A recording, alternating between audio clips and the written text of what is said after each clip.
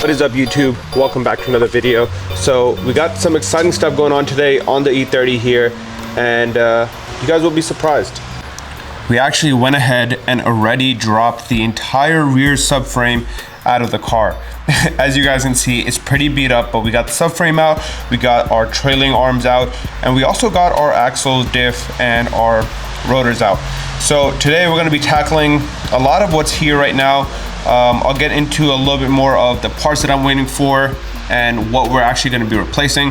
But once we dropped everything from the car, I actually noticed a lot of the things that we need to order, and I was actually very glad that we ordered a new subframe because this one is actually very beat up. That I noticed while I was helping.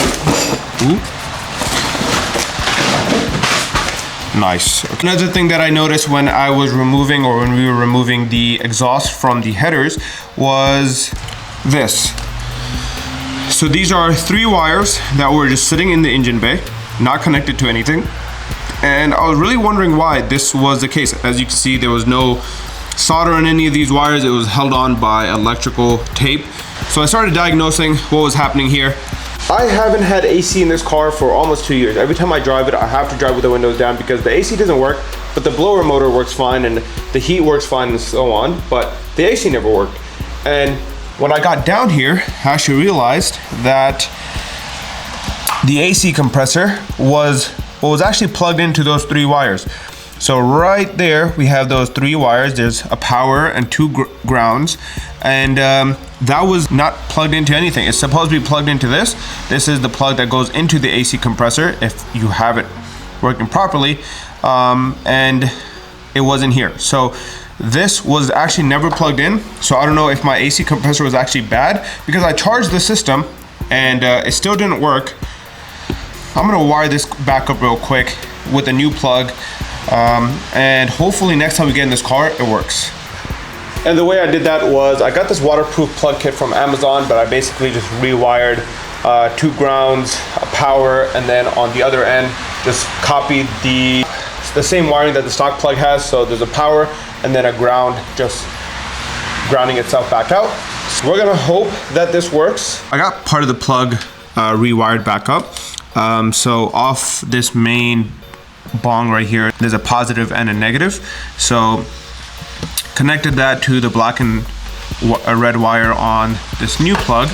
But now I'm seeing that that wire also has black and red on it. So I'm not sure if there's 2 positives and then 1 negative, or 2 negatives and a positive, because on the other plug,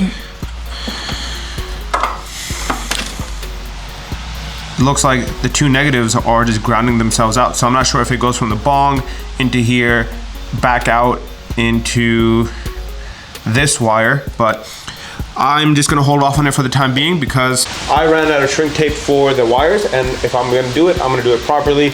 So until that comes in, I'm just gonna hold off on it, and we're gonna dive into getting this subframe ripped apart and getting the trailing arm separated, getting the subframe separate, and we already actually removed our sway bar, so we don't need to worry about that.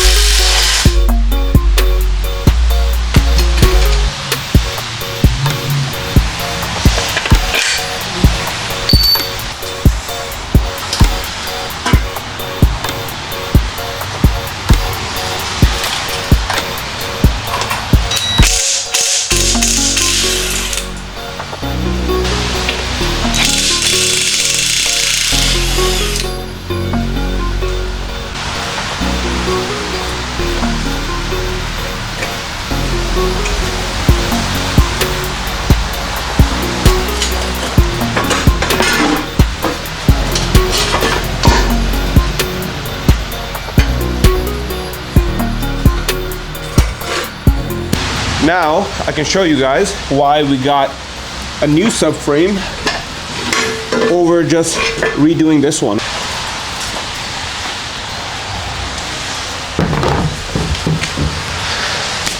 I know in the last E30 video, I actually talked about what we're going to be doing with our subframe. As you can see, this is our new reinforced subframe, but we actually need to remove these aluminum bushings out of here. This was a mistake that I made. I didn't know that this one came with it, so we actually need to plasma cut these out and make space for our new poly subframe bushings. So we need to go ahead and send this off to the welder slash fabricator today. And while we're at it, we're also going to be reinforcing the subframe with this diff mount reinforcement kit. I thought might as well, since we're setting it off, we might as well do this and just make sure we never have any issues with the subframe in the future. So got the subframe in the car. I even threw in the bushings so that once he does plasma cut these old ones out, he can just make sure that the new ones actually fit in there and there's not gonna be any issues. But let's go ahead and drop these off. So I just dropped off the subframe to Rich, who's the welder. Honestly, I gotta say, he is a huge guy, like 6'3", 6'4", probably like 300 pounds. He looks absolutely terrifying, catted up all the way. But he's one of the nicest guys ever. Like, he doesn't really do work on the side anymore, but since he's done work for me in the past, he was like, hey, don't worry, I'm just doing this to help you out, so bring it on by and I'll situate you. Gave him the extra parts as well, the reinforcement plates, and he said he would situate that for me as well, and we should have that back within a week. So I'll pick up the camera again once that's back and we'll start working on the rest of the car. So right off the bat, you guys can see that the old subframe just has a bunch of surface rust everywhere, and there was some parts where I thought that it would just a little too much for it to be considered safe per se. Now, it's not anything crazy, but I thought, hey, we're doing everything on this car properly, so why not go ahead, spend a little extra money and replace it with something not just a newer version of, but a lot nicer. You can see that our bushings were absolutely just blown out. Like, when I drove this car, it was always super rough and it felt like I was driving on rocks, and this is why. It's because our bushings are just non-existent at this point. And that goes for the entire car and all the bushings around it. Yeah, it doesn't look too crazy where it's like I had to replace it, but I'm glad that I did because it's looking pretty beat. Now the new subframe, so not only is the new subframe reinforcing all of the weak points of the stock subframe, we also dropped this off at our local welder and he put in some reinforcement plates right here for the diff, as well as these little ears right here, just so we never have any issues and this thing is as strong as physically possible. And then that alongside with our new bushings, I think this car is gonna be riding a lot nicer than it was before. This is how the stock bushing should have looked. As you can see, that thing is beat to death. That's how it should have looked, but we're gonna be replacing it with our garagistic poly bushings, and let's go ahead and put those in right now so that way we can see how the new subframe is gonna look.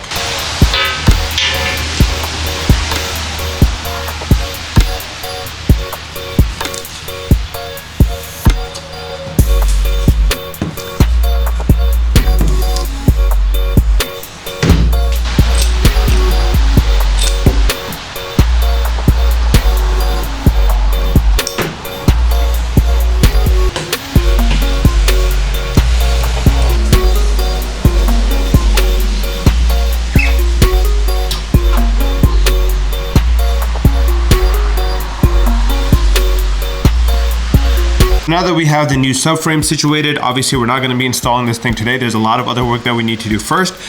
Some of that includes getting our axles off the diff, and then also removing these trailing arms from the rest of the rotor and whatnot as well. So trailing arms aren't in the worst condition. They have a good amount of surface rust, but nothing we couldn't fix. Unfortunately, when we were dropping the subframe down, a lot of the bolts and stuff were just seized into place. So one of the trailing arms, as you can see right here, took a good amount of beating to get it down. So because of that, obviously we don't know if this thing is bent or just misaligned even a tiny bit. So I went ahead and ordered some new trailing arms. We're gonna be picking those up sometime this weekend. Luckily we found a part out not too far here in Pennsylvania. So we're gonna go ahead and pick those up and then get those reinforced and then powder coated. So For these today, we're just gonna remove them. As you can see, the bushings on these are pretty shot as well. Again, this car rode like crap, so this is exactly why we're removing everything and fixing everything. So let's just continue the tear down, and the sway bar, we can just ignore it because I have a brand new one on the way with the new bushings, with the new end links, whatever these are called again, and we're gonna have to reinstall the new one once that one shows up. Just like that, we got the brake assembly off both sides. That wasn't too hard, and I also disconnected the chase bays brake lines, so now that should be able to get pulled out here. See, there's a lot to look at down here, and it's a bit overwhelming, but this is everything that we need to address. So as you guys can see, we have our piece of our parking brake assembly still stuck in here because the tube is rusted. So this thing just kind of got stuck in there, and we ordered a new one so that we could replace this entire cable all the way to the inside of the car and then all the way back to the rotor.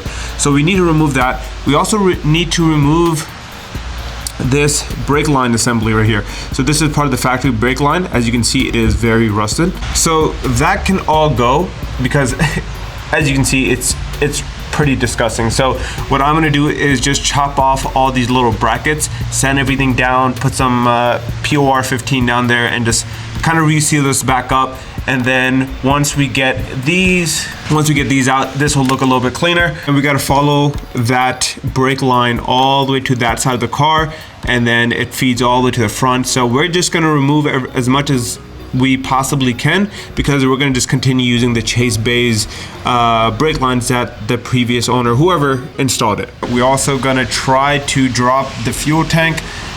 This thing does not look like it's in the best condition. Like right here, you can see the undercoating or the coating on top of it is actually coming off, and then parts of this ridge right here are actually rusting too. So we're gonna try to remove the fuel tank, drop that down, and then we will basically have the entire bottom portion of the car bare. That way we can give this thing a good cleaning and then maybe add another coat of undercoating spray. And then we also need to remove the strut because we have our new coilover sitting inside. And just like that, we got our axles out of the diff. Now I just need to remove it from this side, that side. We're basically good to go.